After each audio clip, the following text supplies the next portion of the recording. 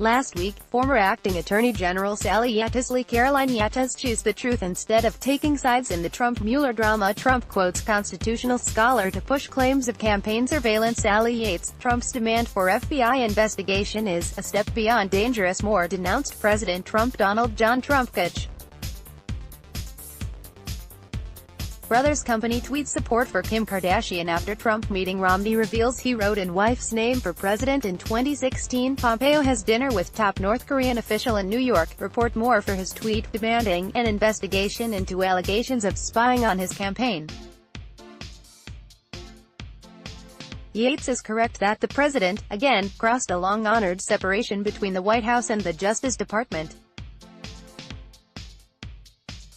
Yates, however, is hardly a compelling voice on the maintaining of proper institutional roles in such cases. Indeed, her controversial record is a case study of how officials, not just presidents, can exceed their authority in the handling of federal cases. Yates was fired for good cause by Trump after ordering the Justice Department not to defend the president's travel ban at the start of his administration. Ironically, both Trump and Yates assumed that they had far too much inherent authority, yet, where Trump's harm was rhetorical, Yates's harm was institutional. That does not excuse Trump's traumatizing tweets or his failure to respect lines of separation within the executive branch. The latest controversy is a good example. An investigation by the Justice Department is left to the discretion of DOJ officials, who must independently determine that there is a legal and ethical basis for the investigation. The president can certainly fire someone like Deputy Attorney General Rod Rosenstein. Rod J. Rosenstein, former FBI official, feared Rosenstein gave Trump cover story to fire Comey over Russia probe. Report: Giuliani downplays chances of Sessions firing Giuliani. I would have considered recusing myself from Russia probe more, but starting an investigation remains Rosenstein's decision so long as he holds his office.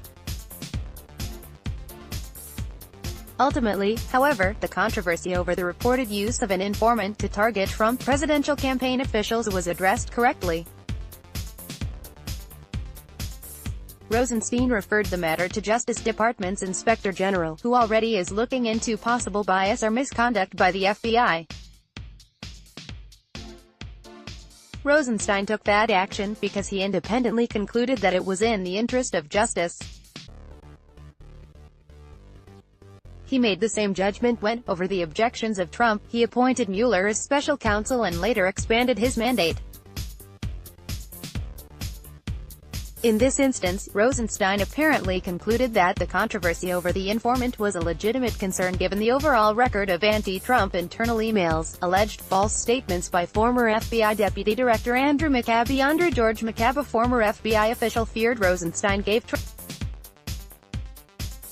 but he claims more controversial secret warrants, and the use of a dossier funded by Hillary Clinton. Hillary Diane Rodham Clinton. Romney reveals he wrote in wife's name for president in 2016. Former FBI official feared Rosenstein gave Trump cover story to fire Comey over Russia probe. Report: Trump bragged to Obama about size of his rallies and meeting after Election Day. Book more in the Democratic National Committee.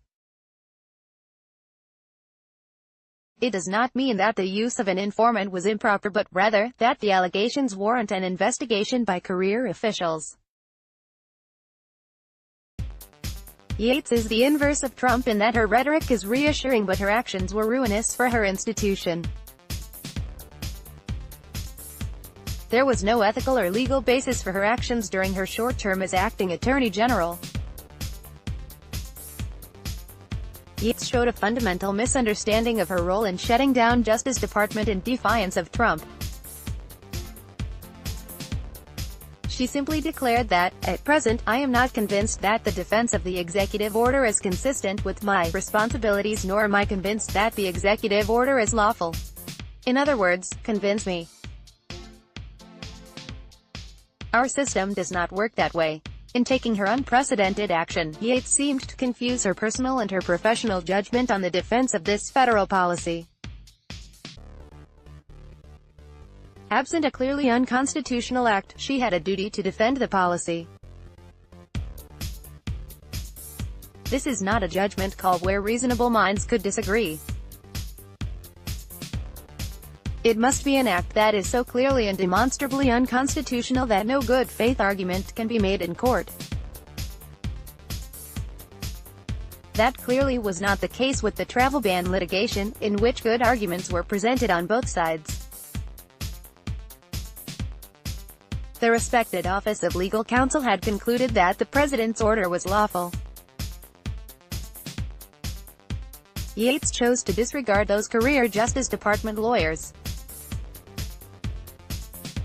Many legal experts believed the existing precedent favored Trump's right to take the action despite personal reservations over the policy itself. Ultimately, judges divided on the question, though most courts ruled against the administration. The issue is now pending a decision from the Supreme Court, and is likely to divide the justices. Former Democratic and Republican Justice Department officials have said Yates did not state a compelling basis for her unprecedented action. She could have resigned, but, instead, she elected to obstruct the White House and force her inevitable termination just days before she was planning to leave the Justice Department. It made her an instant hero, but her actions will remain a troubling chapter in the agency's history. None of this changes the dilemma for citizens trying to make sense out of these controversies. While each side claims the other side is undermining our democratic traditions, the truth is that both parties are doing so in seeking to undermine these investigations. If Trump officials colluded with a foreign government in our election or obstructed justice, that is a serious matter for the integrity of our political system. If the Obama administration improperly used national security powers to investigate the campaign of its opposing party, that is obviously no less a serious matter. Both sides often manifest a similar purpose to delegitimize or even derail investigations that could prove embarrassing for their party or helpful to their opponents. We are constantly given second-hand information or leaks filtered through a thick screen of partisan advocates. The public would be wise to reject the ciphers on both sides and focus on the factual over the rhetorical. That requires the completion of the investigations of both the Trump campaign and the FBI with the full public disclosure of the unvarnished and unedited facts.